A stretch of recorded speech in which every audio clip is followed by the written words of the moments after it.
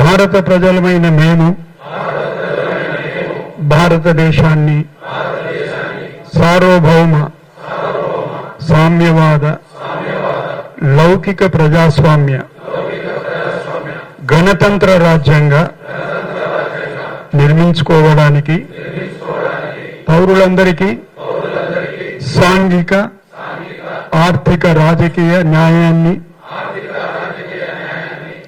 ఆలోచన భావ ప్రకటన విశ్వాసం ఆరాధనల స్వాతంత్ర్యాన్ని అంతస్తులోనూ అవకాశాల్లోనూ సమానత్వాన్ని చేకూర్చడానికి వారందరిలో వ్యక్తిత్వ గౌరవాన్ని జాతీయ సమైక్యతను సమగ్రతను సంరక్షిస్తూ సౌభ్రాతృత్వాన్ని పెంపొందించడానికి మా రాజ్యాంగ పరిషత్తులో ఈ 1949 నవంబర్ 26న ఈ రాజ్యాంగాన్ని ఆమోదించి శాసన రూపంలో మాకు మేమే సమర్పించుకుంటున్నాం. అయిపోయింది మీటింగ్. ఇంకేం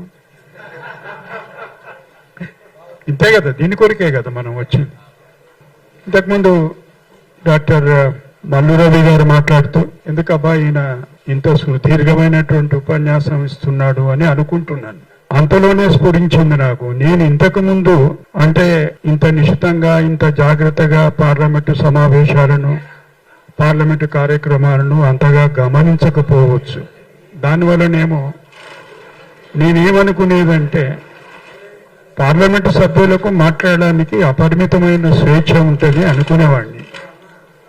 కానీ ఇప్పుడు అక్కడ జరుగుతున్న చూస్తే అప్పుడప్పుడు మాత్రమే కొంతమందికి కొన్ని మాటలు, ఇప్పుడు పరిస్థితి ఎక్కడికి వచ్చిందంటే భావ ప్రకటన స్వేచ్ఛ అనేది పార్లమెంటులో ముందు నువ్వేం మాట్లాడతావో చెప్పు, నువ్వేం మాట్లాడదలుచుకున్నావో చెప్తే అప్పుడు మాట్లాడినానా లేదా అనేది నేను నిర్ణయిస్తా.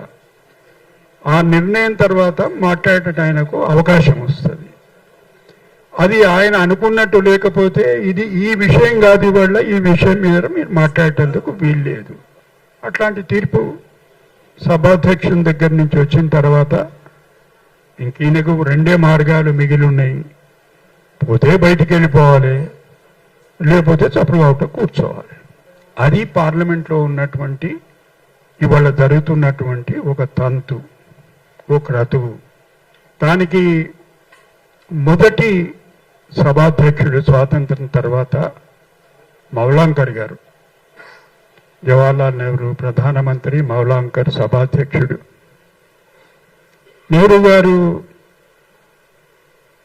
స్వాతంత్రోద్యమంలో పెద్ద నాయకుడు కదా, అప్పుడు ఈయన చిన్న నాయకుడు మౌలాంకర్. మనోడే కదా అని నెహ్రూ గారు ఒక ఉత్తరం రాస్తారండి, మీతో మాట్లాడాలి, ఏదో విషయం మీతో చర్చించేది ఉంది, మీకు ఎప్పుడు అనుకూలంగా ఉంటుంది అంటే దాంట్లో ధ్వని ఏమిటంటే ఎప్పుడు వస్తావు మాట్లాడడానికి.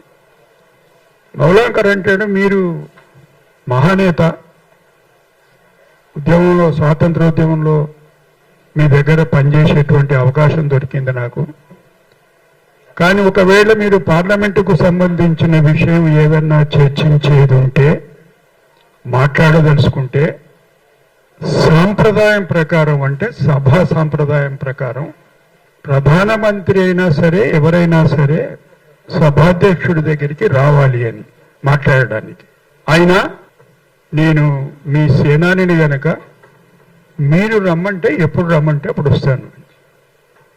ఒకసారి ఊహించండి, ఇది ఇప్పుడు ఏం జరిగేది, అప్పుడు ఏం జరిగింది అంటే నెహ్రూ గారు జవాబు రాస్తూ,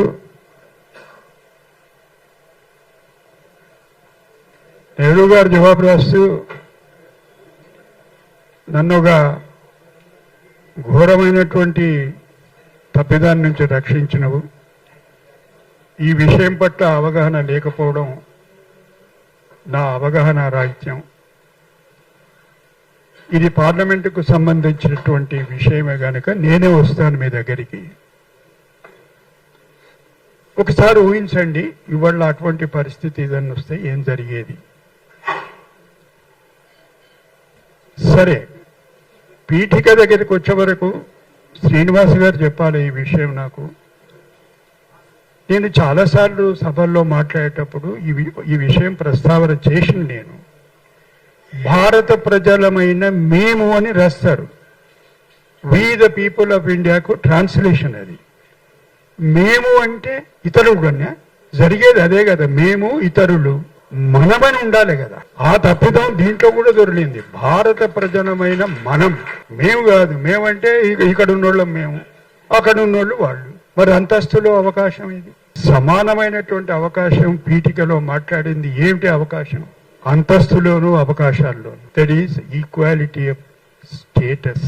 తర్వాత దీనికి పూర్వం రాజ్యాంగ పీఠిక కన్నా ముందు అబ్జెక్టివ్ రెజల్యూషన్స్ రాజ్యాంగ పరిషత్తులో పండిత్ జవహర్లాల్ నెహ్రూ ప్రవేశపెట్టినటువంటి అబ్జెక్టివ్ రెజల్యూషన్ అంటే ఏమిటి? ఈ రాజ్యాంగ పరిషత్తు ఏం చేయదలుచుకున్నది, ఏం సాధించదలుచుకున్నాం, ఎందుకొరకు ఇక్కడ కలుస్తున్నాం, ఏం మాట్లాడదలుచుకున్నాం అనేది అబ్జెక్టివ్ రెజల్యూషన్. అది 13/12/46లో ప్రవేశపెడితే 22/1/47 నాట దాన్ని సభ రాజ్యాంగ పరిషత్తు ఆమోదించి. చాలా మంది ఏమనుకుంటారంటే మొదలు ప్రియాంబుల్ రాసి తర్వాత కాన్స్టిట్యూషన్ రాసింది. కాన్స్టిట్యూషన్ దాదాపు పూర్తయిపోయింది, తర్వాత ప్రియాంబుల్ రాసింది. అబ్జెక్టివ్ రెజల్యూషన్ లో లేనటువంటి 2 మాటలు అవి ఎవరి వల్ల వచ్చినాయో చెప్తాను. సమాన అవకాశాల గురించి మాట్లాడుతూ అంతస్తులో అనేటువంటి పదం, తర్వాత ఫ్రెటర్నిటీ సౌభాతృత్వం అనే ఈ 2 మాటలు అబ్జెక్టివ్ రెజల్యూషన్ లో లేవు. అది ప్రియాంబుల్ రాసేటప్పుడు బాబాసాహెబ్ చేర్చినటువంటి పదాలు fraternity and equality in status. ఇంతకుముందు డాక్టర్ మల్లురవి గారు మాట్లాడుతూ రాజ్యాంగం ఇచ్చినటువంటి హక్కులు, రాజ్యాంగం కంటే కూడా ముందు కూడా ఉన్నాయి హక్కులు. రాజ్యాంగం ఇచ్చినటువంటి హక్కులు కావవి, రాజ్యాంగం హామీ ఇచ్చింది. The rights are guaranteed. అంటే అంతకుముందు ఎవరు మాట్లాడేవాడు కదా. భావ ప్రకటన స్వేచ్ఛ అంటే మరి స్వాతంత్రోద్యమం ఎట్లా జరిగింది? కరాచీలో ఏఐసిసి కాంగ్రెస్ పార్టీ రెజల్యూషన్స్ ఎట్లా వచ్చినాయి, లాహోర్లో రెజల్యూషన్స్ ఎట్లా వచ్చినాయి. అంటే రాజ్యాంగం అంటే ఏదో సరిగ్గా మీద నుంచి ఈ రాజ్యాంగ పరిషత్తులో ఊడిపడ్డటువంటిది కాదు. 50-60 సంవత్సరాల పాటు చర్చ జరిగింది, విపరీతమైనటువంటి చర్చ జరిగింది. అంటే వాళ్ళకు ఉండేటువంటి ధైర్యం, గుండె నిబ్బరం ఏమిటంటే ఈ దేశానికి స్వాతంత్రం సాధిస్తాం. సరే, దాని తర్వాత ఏమిటి అంటే స్వాతంత్రం సాధించేంత వరకైనా దాని అవతల మనకు లక్ష్యాలు ఏమైనా ఉన్నాయా? వాటి మీద విపరీతంగా టైం టు టైం చర్చ జరుగుతూనే ఉండింది. ఆ సందర్భంగా మనం ఏదో అప్పుడప్పుడు అంటాం అంబేద్కర్ గారు రాసిండ్రు. అంబేద్కర్ గారు రాయలేదు, వ్యక్తి ఎవరు రాయలేదు. ఆయన రూపశిల్పి. Is the architect and father of the constitution. రకరకాల భావాలు, రకరకాల వాదనలు, రకరకాల వింతపోకడలు రాజ్యాంగ పరిషత్తులో కూడా వాటన్నిటిని సమీకరించి వాటన్నిటికీ సమాధానం ఇచ్చి ప్రపంచంలో ఎక్కడెక్కడ ఏం జరుగుతున్నది, మన సమాజం పరిస్థితి ఏమిటి, మన దగ్గర ఉన్నటువంటి అంతరాలు ఏమిటి, మన దగ్గర ఉన్నటువంటి కులాలు ఏమిటి, కులాల పట్ల ఉండేటువంటి విపక్ష ఏమిటి, వీటన్నిటి దృష్టిలో పెట్టుకొని మనకేం కావాలి అని చెప్పి దానికి ఒక రూపం ఇచ్చినటువంటి ఒక మహానాయకుడు. ఆయన బతుకున్నప్పుడు మొత్తం ప్రపంచంలో 20 మంది మేధావులలో ఆయన ముందు వరుసలో ఉన్నాడు. చాలా మందికి ఈ విషయం తెలియదు. ఆయన ఏదో రాసిండు, లేకపోతే అక్కడ పిహెచ్డి చేసి వచ్చిండు. అది పిహెచ్డి చేయడం దానివల్ల కాదు. ఆ ఫ్రెటర్నిటీ అనే పదం ఎందుకు వచ్చింది, సౌభాతృత్వం అనే పదం ఎందుకు వచ్చింది, జీవితంలో ఆయన చేసినటువంటి పోరాటాలు ఏమిటి, ఎన్ని వైరుధ్యాల నుంచి వాటిని ఎదుర్కొని ఆ స్థాయికి ఎదిగిండు మనిషి. ఆ అనుభవంతో వచ్చినటువంటి పదం ఫ్రెటర్నిటీ ప్రియాంబుల్లో. అది అన్నిటికన్నా ముఖ్యం. ఇవాళ అది ప్రమాదంలో ఉంది.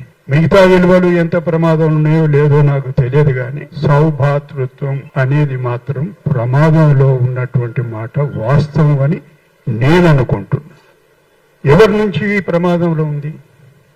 వాళ్ళు లేరు, రాజ్యాంగ పరిషత్తులు లేరు, రాజ్యాంగ రూపకల్పనలు లేరు, ఇది మనకు సంబంధించింది కాదు, మనది కానే కాదు, ఇది మన భావాలు దీంట్లో లేనే లేవు. It's a western concept. మీరు ఎక్కడి నుంచో తీసుకొచ్చి మా మీద రుద్దే ప్రయత్నం చేస్తున్నారు అని చెప్పి బయట ఉండి మాట్లాడిన వాళ్ళు ఇవాళ ఈ సౌభాతృత్వానికి వ్యతిరేకంగా సమీకృతం చేస్తున్నారు జనాన్ని. It's mobilisation of the people, whatever you call, on the ground of faith or religion, whatever it is. అయితే ఏమిటి ఇవాళ కావాల్సింది ఏమిటి అంటే counter mobilisation. What is that counter mobilisation you can do? ఏముంది మీ దగ్గర, నా దగ్గర ఏముంది? ఆయన దగ్గర మల్లుగు రవి గారి దగ్గరనో లేకపోతే డాక్టర్ విశారదన్ గారి దగ్గర ఏముంది? Counter mobilization is only through this instrument.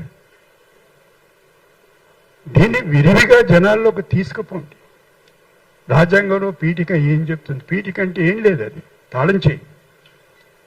అదొక్కటి చదువుకుంటే రాజ్యాంగంలో ఉన్నటువంటి విలువలు, స్వేచ్ఛ, సమానత్వం, సౌభాతృత్వం, అంతస్తులో అవకాశం,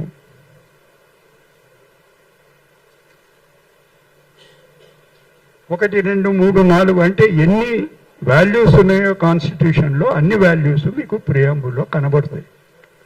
ప్రియంబుల్ ఎందుకంటే ప్రియంబుల్ రాసి తర్వాత పీఠిక రాసి తర్వాత రాజ్యాంగ రచన జరగలేదు కనుక రాజ్యాంగంలో ఏ విలువలైతే ఉన్నాయో అవి పీఠికలో రూపొందించడం జరిగింది. అది ఏదో పద్యాలు చదువుతుంటాం, పొద్దున్న లేచినప్పటి నుంచి పాటలు చదువుతుంటాం. నన్ను అడిగితే ఒకవేళ సాధ్యమైతే రవి గారు, ఆయన కాకుండా ఆయన పార్టీ ప్రభుత్వంలో ఉంది కనుక దాన్ని చదివించండి. అయితే ఈ ఆలోచన నుంచి మొదలు మీరు కొంచెం పక్కకు జరగాలి. ఆ ఊళ్ళో ఏదో ప్రైమరీ స్కూల్ ఉంటే సార్, ఆడ ఎవడో పంతుడు ఉంటాడు, ఆ పంతుడికి ఏం రాదు, ఆ పిల్లలకి ఏం రాదు, అడిగిపోయి ఏదో చదువుకుంటూ పోతాడు, వానికి ఏం అర్థమవుతుంది అంటే వాడికి అర్థమైనంత మంచిగా మనకి ఇప్పటి వరకు అర్థం కాలేదు. పట్టణాల్లో ఉంటూ మనం చేసేది ఏమిటి? ఎలక్షన్ రోజు అంటే హాలిడే కదా, 11 గంటలకు లేచి ఏదో ఇష్టం ఉంటే పోతే పోయినాం, ఓటు వేస్తే వేసినాం, లేకపోతే లేదు. వాడు మాత్రం పొద్దున్నే 7 గంటలకు పోయి వాడిని ఓటు హక్కును వినియోగించేందుకు క్యూ లైన్లో నిలబడతాడు గ్రామీణ ప్రాంతాలు. ఈ ప్రజాస్వామ్యాన్ని, ఈ రాజ్యాంగాన్ని రక్షించింది సామాన్యుడు, అతి సామాన్యుడు. ఇంకా ఎవరికన్నా ఈ కులాల సమస్య పట్ల ఏదన్నా సరి అయినటువంటి అవగాహన ఉంటే దీన్ని రక్షించింది ఎవరంటే నిమ్న వర్గాల వాళ్లకు చెందిన వాళ్ళు. ఆ విషయం అర్థం కాక ఏదో మనం మాట్లాడుకుంటే ఎవరు ఆయన సుప్రీంకోర్టు చేసేట ఆయన పిలిస్తే ఏదో రాజ్యాంగం మీద మాట్లాడుతాం. రాజ్యాంగం మీద మేమంతా చేసింది వ్యాఖ్యానం మాత్రమే, పరిమితమైనటువంటి జ్ఞానానికి లోబడి చేసినటువంటి వ్యాఖ్యానాలు మాత్రమే. ఎవరికి కావలసిన వాళ్ళు, ఎవరికి కావాలని అనుకున్నోళ్ళు, ఎవరికి సంబంధించింది ఎవరున్నారు దీంట్లో అనుకున్నోళ్ళు ఒకరొకరు కనబడరు దాంట్లో. అంటే రాజ్యాంగాన్ని వ్యాఖ్యానం చేసే వాళ్లకు జస్టిస్ చిన్నపరెడ్డి గారికి మార్క్స్ కనబడ్డాడు. చెప్పండి, ఆయన రాసిండు, తీర్పులు రాసిండు. బాబాసాహెబ్ సరే మొదటి అక్షరం నుంచి చివరి అక్షరం వరకు ఏ సుప్రీంకోర్టు తీర్పున్నా బాబాసాహెబ్ ప్రస్తావన లేకుండా ఏమైనా తీర్పులు ఉన్నాయని నాకు తెలియదు. ఏదైనా ప్రధాన సమస్యల మీద చర్చకు వచ్చినప్పుడు ఆయన మాట లేకుండా తీర్పు లేదు. గాంధీజీని దర్శించిన వాళ్ళు ఉన్నారు, నెహ్రూను దర్శించిన వాళ్ళు ఉన్నారు, లోహియాను దర్శించిన వాళ్ళు ఉన్నారు. కులాల ప్రస్తావన వచ్చినప్పుడు, వెనుకబడిన తరగతుల వాళ్ళ ప్రస్తావన వచ్చినప్పుడు, రిజర్వేషన్స్ ప్రస్తావన వచ్చినప్పుడు, సరే కొన్ని చారిత్రాత్మకమైనటువంటి తప్పిదాలు జరిగిపోయినాయి. అన్నిటికన్నా పెద్ద తప్పిదం నా లెక్క ప్రకారం కమ్యూనిస్టులు, సోషలిస్టులు రాజ్యాంగ పరిషత్తులో లేకపోవడం, వాళ్ళ భావాలను వాళ్ళు ప్రకటించకపోవడం, దాని రూపకల్పనలో వాళ్ళు పాల్గొనకపోవడం. ఆ తర్వాత బయట ఉండి ఏదో మాట్లాడిండ్రు, అది వేరే సంగతి. కానీ అసలు సంబంధం లేని వాళ్ళు, దాన్ని వ్యతిరేకించిన వాళ్ళు ఇవాళ రాజ్యం నడుపుతున్నారు. రాజ్యాంగం ప్రకారం కాదు, వాళ్ళు నడపదలుచుకున్న రాజ్యాంగం నడుపుతున్నారు. దానికి తోడు ఇంతకుముందు అన్నానే మొబిలైజేషన్, సమీకరణ జరుగుతుంది. మరి దానికి ఎట్లా అంటే the only counter mobilization is through the constitution of India. There is no other way. ఎన్నైనా అభిప్రాయాలు ఉండొచ్చు మన మధ్యన, ఎన్నైనా భేదాభిప్రాయాలు ఉండొచ్చు. మనం అనేటువంటి ప్రాతిపదిక,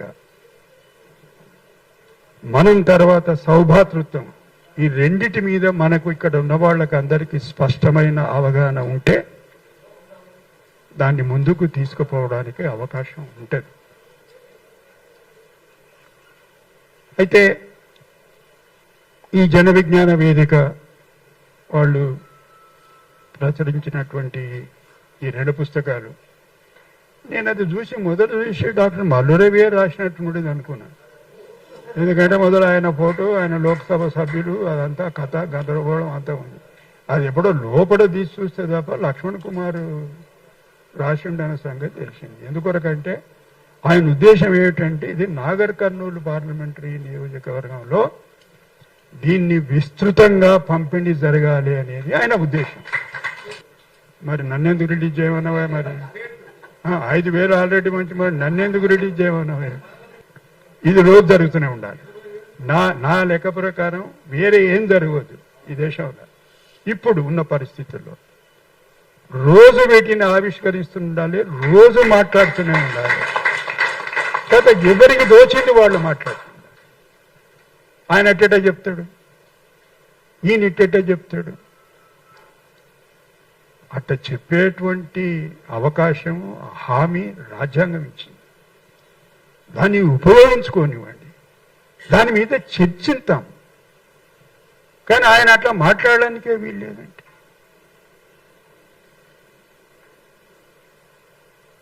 అది చాలా అంటే ప్రడధోరణి, ఒక విపరీతమైన పోకడ. ఆయన ఇట్లా మాట్లాడతాడు కనుక ఆయన ఫలానా, ఈయన ఇట్లా మాట్లాడతాడు కనుక ఈయన ఫలానా. అన్నిటికన్నా ఇంకా మంచిది ఏంటంటే అసలు ఆయనకి ఏం తెలియదు, అసలు వీడికి ఏం తెలియదు. మొదలు ఆ మాట్లాడే గురించి అంటాడు ఆయనకి ఏం తెలియదు.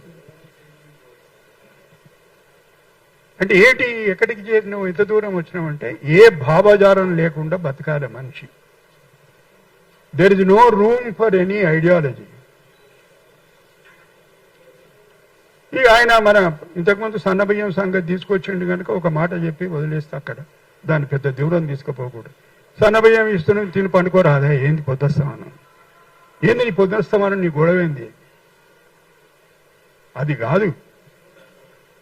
ఇచ్చేవాళ్ళు తీసుకునే వాళ్ళు ఎవరు లేరు ఇక్కడ. ఇది హక్కులకు సంబంధించినటువంటి విషయం. మనం ఏం అడగాలి? పీఠిక తర్వాత మనం అడగాల్సింది ఏమిటి? ఏదో మాట్లాడుతుంటాం, ఏదో విప్లవం అంటాం, ఏదో అంటాం. అయ్యా, రాజ్యాంగంలో ఉన్నటువంటి ఆదేశిక సూత్రాలు అమలు చేయండి. ఇంకా మేము ఏం అడగం. కేంద్రీకృతమైనటువంటి సంపదను, ప్రజలకు సంబంధించినటువంటి చెందినటువంటి ఈ సంపదను మళ్ళీ ప్రజల దగ్గరికి చేర్చండి. ఆ తర్వాత మీరు మాకేమి ఇవ్వాల్సిన అవసరం లేదు.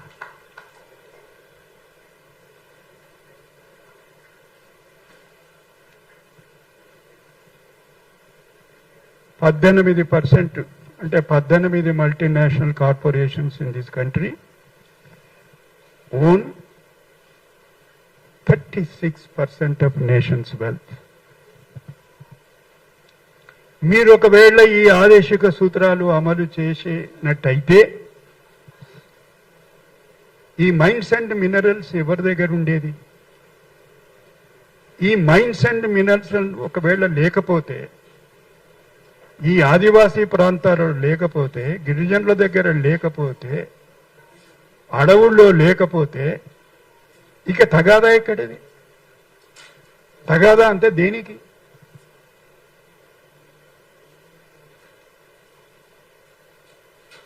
అంటే దీని గురించి మాట్లాడేటువంటి అవకాశం, దీనివల్ల ఇట్లా జరుగుతుంది. ఇది సరిదిద్దాల్సినటువంటి అవసరం ఉంది అని మాట్లాడుకునేటువంటి అవకాశం కూడా లేకుండా పోయేటువంటి పరిస్థితులు కల్పిస్తున్నటువంటి సందర్భంలో మనకు మిగిలింది ఒకే ఒక ఆయుధం సామాన్యుని చేతిలో, భారత రాజ్యాంగం. ఆ మిగతాది ఏం చేస్తారో ఇచ్చిపెట్టండి. ఫండమెంటల్ రైట్స్ అంటే మరి కోర్టుకు పోతే వాటిని ఎన్ఫోర్స్ చేసేందుకు లేదు కదా, కోర్టు చెప్పదు కదా ఇది అమలు చేయమని చెప్పి, కోర్టు చెప్పదు, చెప్పకపోతే ఏమవుతుంది. Nonetheless they are fundamental in governance of this country. అది మొదటి పదం, ఆదేశక సూత్రాల్లో ఉన్న మొదటి పదం. They are not enforceable, nonetheless they are fundamentals in governance of the country. దీని ప్రస్తావన రాజదని కాదు. రాజులు రాచరికాన్ని అంతం చేయాలి, ప్రీవీ పర్సెస్ ఇవ్వడానికి వీలు లేదన్నప్పుడు దీని ప్రస్తావన వచ్చింది. డైరెక్ట్ ప్రిన్సిపల్స్ ప్రస్తావన వచ్చింది. బ్యాంక్స్ నేషనలైజేషన్ జరిగినప్పుడు దీని ప్రస్తావన వచ్చింది. కోల్ ఇండస్ట్రీ నేషనలైజ్ జరిగినప్పుడు దీని ప్రస్తావన వచ్చింది. కోక్ ఇండస్ట్రీ నేషనలైజ్ అయినప్పుడు దీని ప్రస్తావన వచ్చింది. మర్చిపోతుంటాం మనం. Reserve Bank of India was nationalized in 1948. It was the pure thought of Babasaheb Ambedkar. ఎందుకొరకంటే he was an expert in public finance.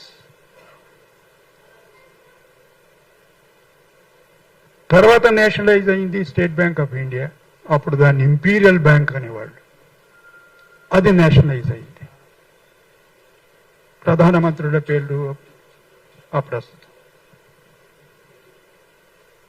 ఆ తర్వాత క్రమక్రమంగా ఒక్కొక్క అడుగు ముందుకు వేస్తూ రైట్ టు ప్రాపర్టీని ఫండమెంటల్ రైట్స్ నుంచి తీసేసినాం. Right to property is no more fundamental right, it's mere constitutional right.